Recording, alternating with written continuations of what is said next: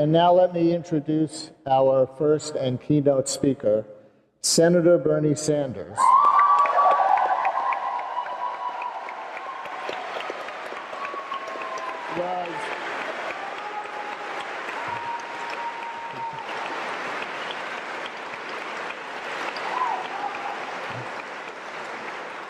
And I'm supposed to do the bio, so let me get through it here. He was elected to the U.S. Senate in 2006 after serving 16 years in the House of Representatives. He is the longest-serving independent member of Congress in American history.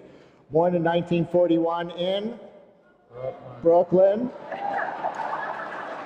Bernie was the younger of two sons in a modest-income family. After graduation from the University of Chicago in 1964, he moved to Vermont.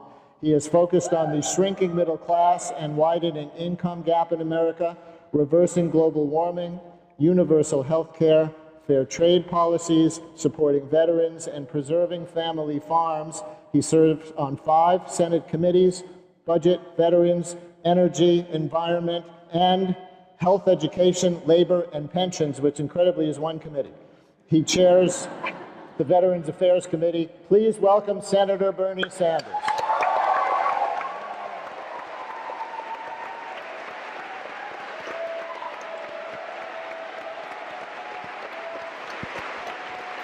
Thank you.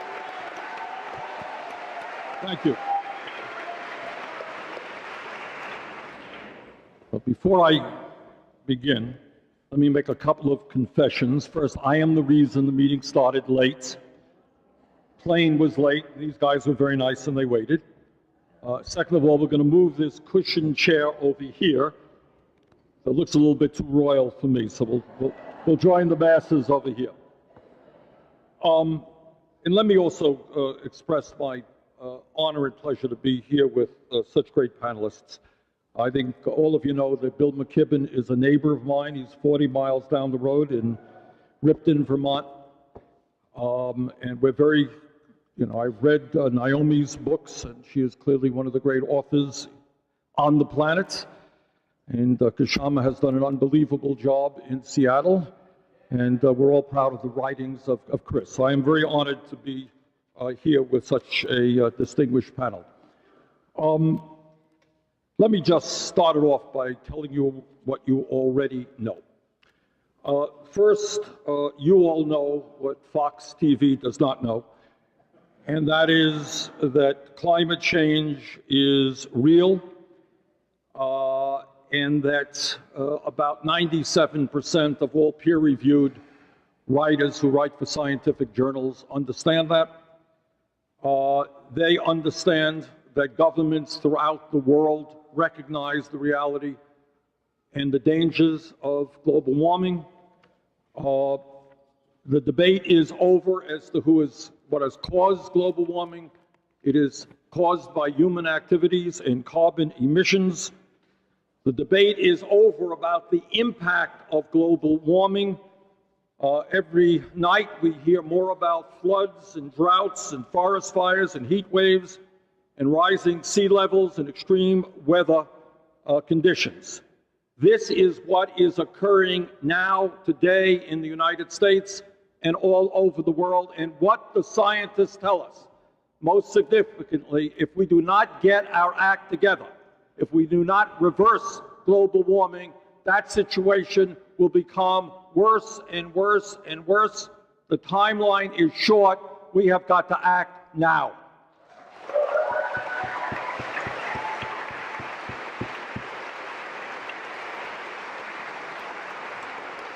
Interestingly enough, the debate is over in some unlikely areas. If you ask the Department of Defense, if you ask the CIA what they consider to be one of the great national security issues facing this planet, they will tell you that it is global warming. They will tell you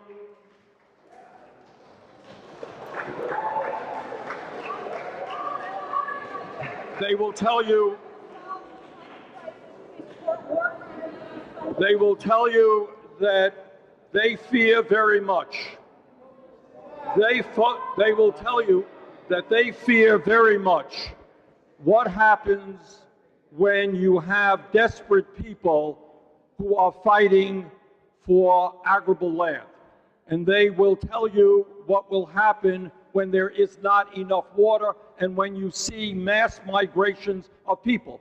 So on top of all of the other concerns, there is a real understanding that unless we address the crisis of global warming, this planet will be even more insecure, more unstable than it is today.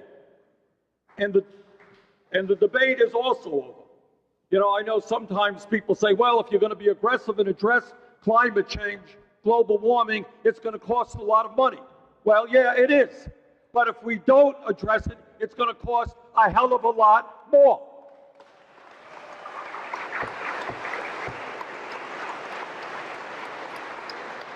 Those of you in New York City and New Jersey understand what Hurricane Sandy did to this area. Cost the taxpayers of this country $60 billion. Bill and I are from Vermont. We had Hurricane Irene, almost $1 billion to address that issue. And there is no doubt that if we do not get our act together, we will be expending huge sums of money trying to rebuild from the destruction of global warming.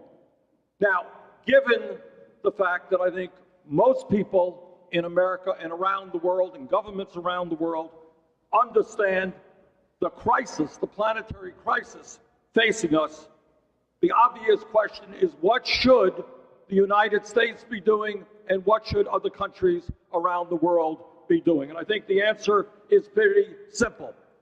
We have got to transform our energy system away from fossil fuel, move to energy efficiency and sustainable energy.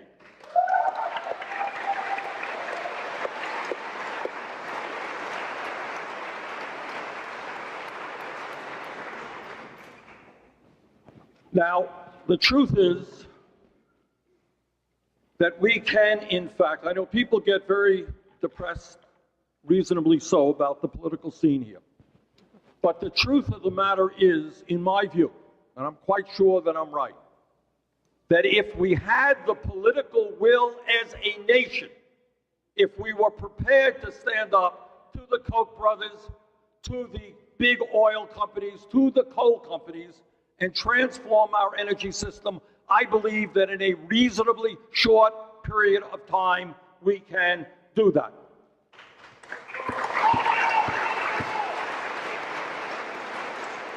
Just to give you some examples, just modest examples, we managed to get some money into Vermont to weatherize people's homes, get them off oil. With modest investments, we were able to cut people's consumption of oil by 30%.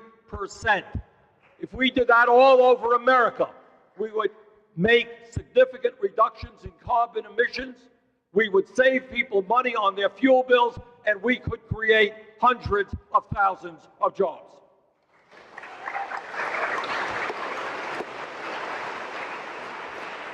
We have the capability now to transform our transportation system, to end the embarrassment of the United States lagging far behind Europe, Japan, even China in terms of rail. Let's invest in rail, not in roads.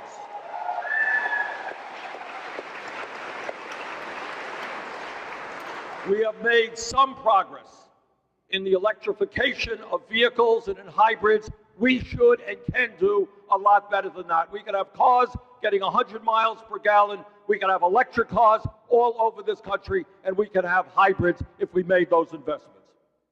Furthermore, we are sitting now on the enormous potential of transforming our energy system in the sense of solar. I have introduced legislation for 10 million solar rooftops. We are seeing now in California and elsewhere huge solar plants being built and being put into use, which are providing electricity for hundreds of thousands of homes. We are seeing states, I was in Iowa recently, they have a lot of wind in Iowa. We should multiply, significantly increase the amount of wind that we are using in this country. Geothermal has tremendous potential. Used properly, biomass has potential. We're making breakthroughs in terms of lighting. with LEDs. We're making breakthroughs in terms of getting much more cost-effective, energy-efficient appliances as well. All of this and more is sitting out there if we invest in research and development. It is not utopian thinking to say that we can transform our energy system, that we could get rid of fossil fuel, that the United States could lead the world in helping other countries move in that direction. That's not utopian thinking. That is reality. That's what could happen, and that's what should be happening.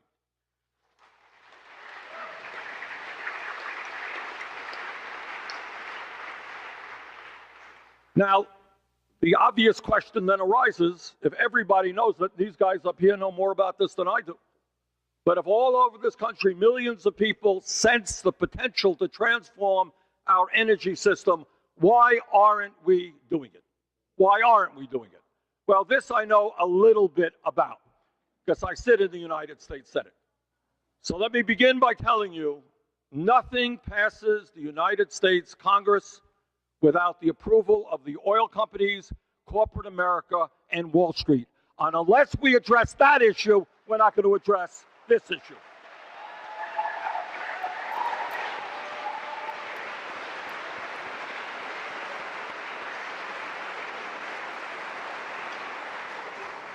All of you know, 40, 50 years ago, the tobacco industry lied and lied and lied and killed millions of people, including my father. And they refused to tell the truth, and they were able to get away with spreading their poison.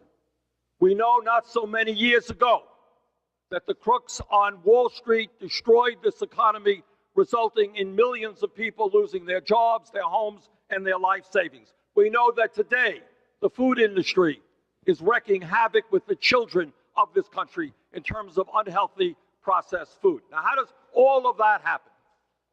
It happens because of the unbelievable greed and power of a small number of people in the billionaire class who could care less about this planet, our kids, or working people. And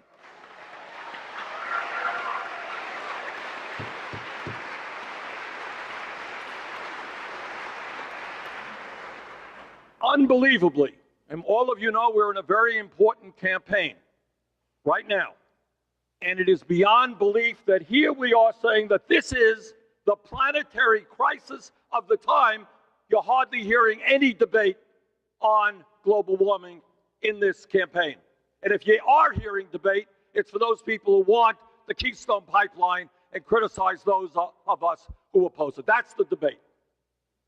Furthermore, the reality is that you have folks like the Koch brothers who are spending hundreds of millions of dollars electing candidates from one end of the country to the other, who not only will go to war against working people, these candidates are not allowed to even acknowledge the reality of climate change.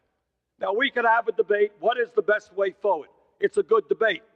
But the time is long overdue for people not to be ignoring the reality.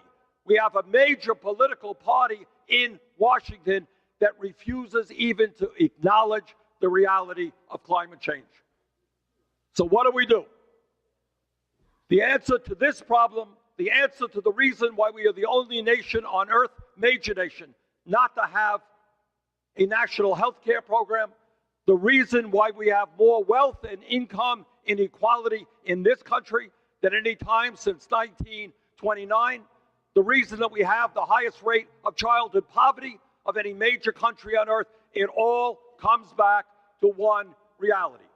You got a small number of people with enormous economic and political power, and they want more and more and more. And the only way that I know that we stop them is when millions of people do exactly what we are going to be doing tomorrow. Take to the streets, take to the ballot boxes.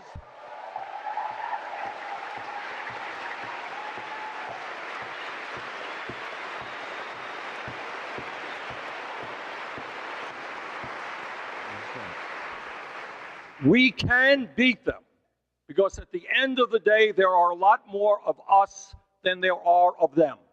But unless every person in this room and millions more pledges to get heavily involved in this issue and in the political process in general, their money will win. They got the money, we got the people. Can we educate? Can we organize? Can we bring our people together to transform the energy system and make government work for all of us? That is the issue of the moment. Let's work together to make that happen. Thank you all very much.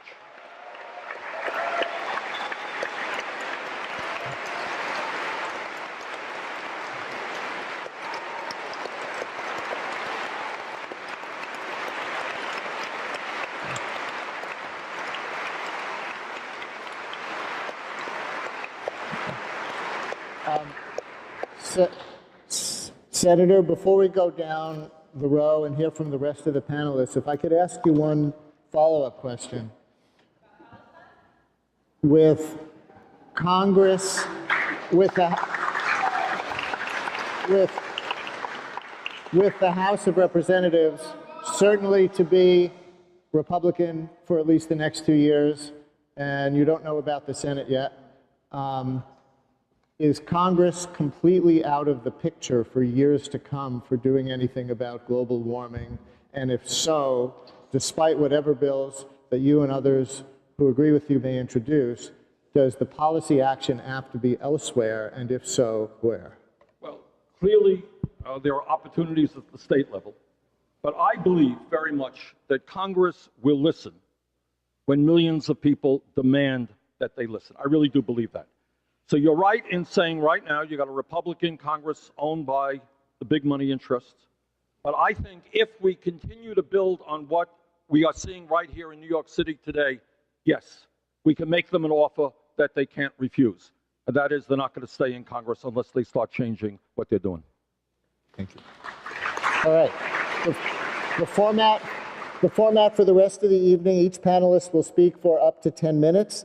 Then I will moderate a conversation among them, including some questions from you. And please, when we get to that, no long speeches so we can give people a chance to participate in some numbers. So we will next hear from Bill McKibben. Well, thank you very much.